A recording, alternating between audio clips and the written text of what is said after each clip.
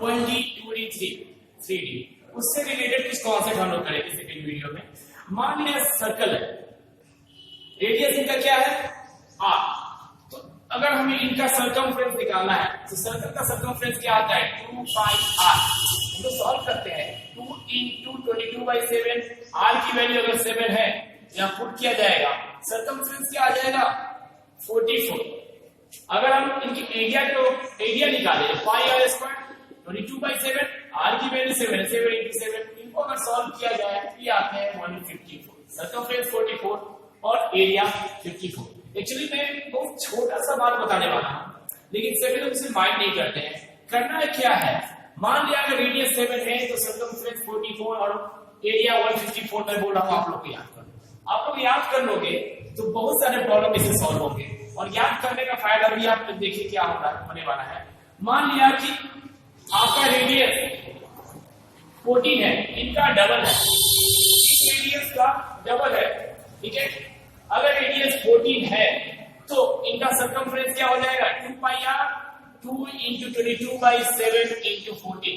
अगर इनको सॉल्व किया जाए हमारा सर्कमफ्रेंस 88 आ रहा है। अगर रेडियस दुगुना हो रहा है, डबल हो रहा है, इनका सर्कमफ्रेंस भी दुगुना हो रहा है, डबल हो जाएगा। अगर हम लोग आते हैं एरिया पर पाई r square 22/7 into 7 into 7, sorry 14 into 14, इसको सॉल्व किया जाए तो ये दो बार में जाएंगे और इसको सॉल्व करने पर 154 into 4 आ रहे हैं, और हम चाहे तो 154 into 2 to power 2 हम लोग बोल सकते हैं, और ये क्या हो जाएगा हमारा एरिया 154 into 2 to power 2। इससे क्या हमें समझ में आ रहा है, अगर रेडियस अगर 7 एज्यूम करते हैं, क्योंकि हमारे पाई r 2 पाई r और पाई r स्क्वायर हमारा फॉर्मूला होता है, और सभी के पाई की वैल्यू होती है 22/7, हमारा 7 है हमारा डिनोमिनेटर में।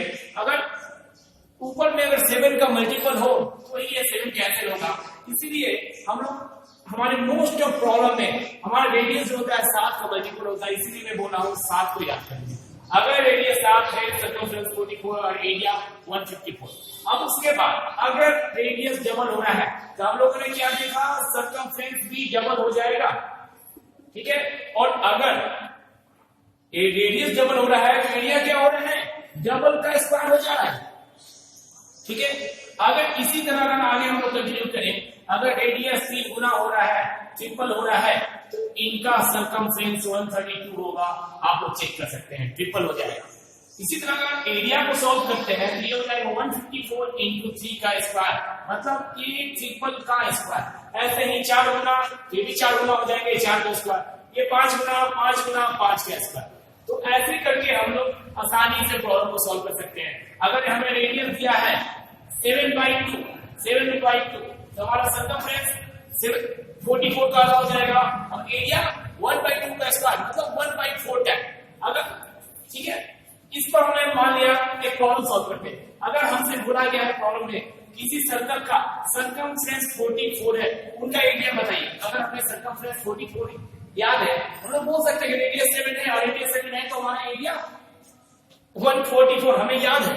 अगर हमारे प्रॉब्लम में दिया हुआ है किसी भी सर्कल का सर्कमफ्रेंस 48 है, हम लोग डायरेक्ट वहां से आ सकते हैं कि इनका रेडियस जो होगा 7 का डबल होगा, और अगर रेडियस 7 का डबल होगा एरिया 154 का 4 गुना 2 का स्क्वायर, वो हो जाएंगे 616।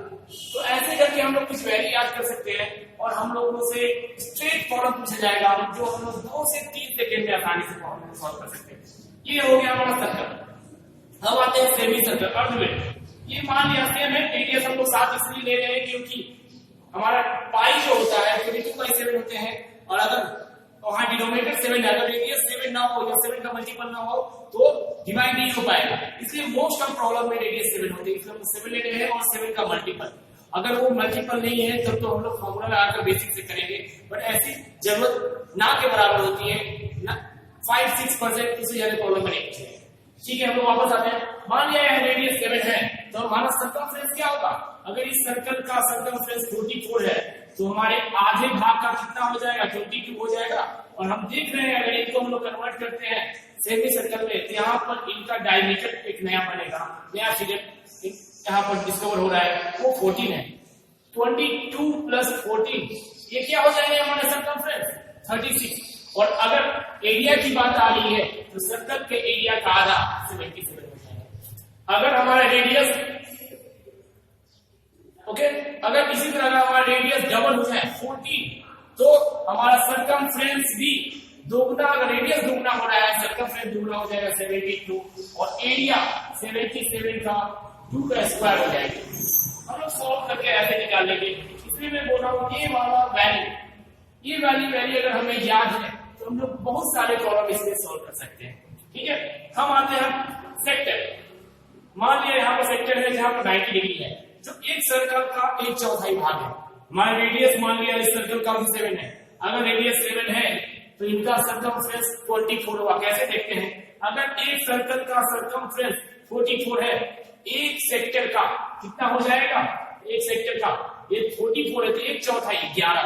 और क्योंकि यहाँ पे रेडियस है, यहाँ पे रेडियस 7 + 7 + 11 ऐड करके हम लोग 24 ला सकते हैं। इसी तरह एरिया की बात आती है तो क्योंकि हमारा एक सर्कल 154 के बराबर था, आगे एक सेक्टर है 1/4, इनको 154/4 करेंगे 77/2 हमारा एरिया हो सकता है। सॉरी ये 24 नहीं 25।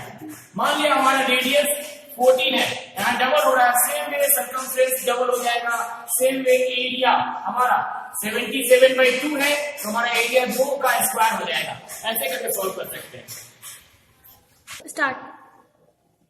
हेलो, हाँ अभी तक हम लोगों ने क्या देखा, सर्कल से रिलेटेड कुछ प्रॉब्लम। अब हम लोग वन ऑफ मोस्ट इंपॉर्टेंट कोन शंकु से रिलेटेड कुछ प्रॉब्लम देखेंगे। मान लीजिए ये हमारे लिए शंकु है, मान लिया इनका रेडियस 7 है। जैसे मैंने अभी सर्कल में बताया, अगर सर्कल फॉर्म हो रहा है तो इनके radius most of the time 7 और उसके मल्टीपल होंगे। तो मान लिया यहाँ पर बेस है तो बेस के कुछ रेडियस होंगे जिनका 7 होगा रेडियस, और ये इनकी हाइट है h और ये इनकी तिरछी ऊंचाई n है, लेटरल h। तो आप लोग यहाँ देख सकते हैं ये क्या है, 90 डिग्री है। ये क्या फॉर्म होगा यहाँ पर, ये एक equilateral sorry right angle triangle form हो रहा है। और राइट एंगल ट्रायंगल फॉर्म हो रहा है तो हम लोग जानते हैं राइट एंगल ट्रायंगल में पाइथागोरस थ्योरम लगता है। अगर ये वाली साइड 7 है तो 7 के साथ कौन कौन से पाइथागोरस ट्रिपलेट लगते हैं, 7 के साथ एक ही ट्रिपलेट लगता है 24 एंड 25। ये हमें याद होने चाहिए। अगर ये तीनों वैल्यू याद है तो शंकु से रिलेटेड 50% प्रॉब्लम तो चुटकियों में हो जाएंगे। जस्ट 2 और 3 सेकंड आपको लगने वाला है।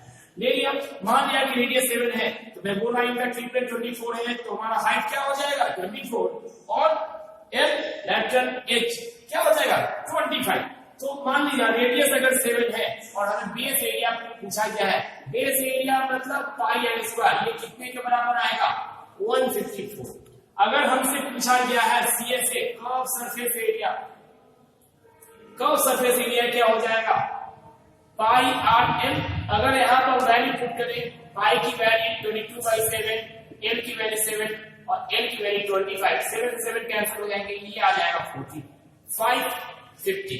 अगर इसी तरह हमसे टोटल सरफेस एरिया पूछा जाए, बेस एरिया 154 हमें मालूम है और CSA 550, हमारा टोटल सरफेस एरिया क्या हो जाएगा 704।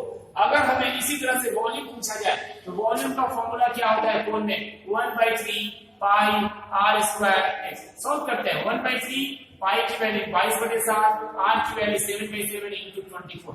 अगर देखा जाए एक 7 से एक 7 कैंसिल, एक 7 से एक 7 क्या होगा 3 पाई आर 7 से 7 कैंसिल हो जाएगा, इस 3 से ये 8 क्या है। अगर इन्हें सॉल्व किया जाए तो हमारे पास इनकी वैल्यू क्या आएगी 1232। तो मैं क्या बोल रहा हूं, अगर हमारे पास कोई भी इनमें से कोई भी एक वैल्यू हो, अगर रेडियस बोला जाए कोण का रेडियस 7 है तो उनका हाइट 24 और उनका एज l हमेशा ही 25 होगा क्योंकि यहाँ पाइथागोरस ट्रिपलेट लगने हैं। इसके अलावा कुछ भी नहीं हो सकता है।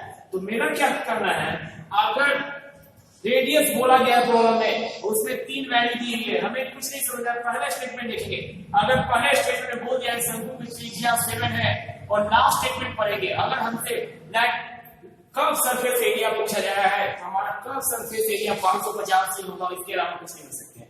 इनका बेस एरिया 154 होंगे और टोटल सरफेस एरिया आपको दिया जाए तो 704 होने वाले हैं और इनका वॉल्यूम 1200। तो इसके अलावा कुछ भी नहीं हो सकता है।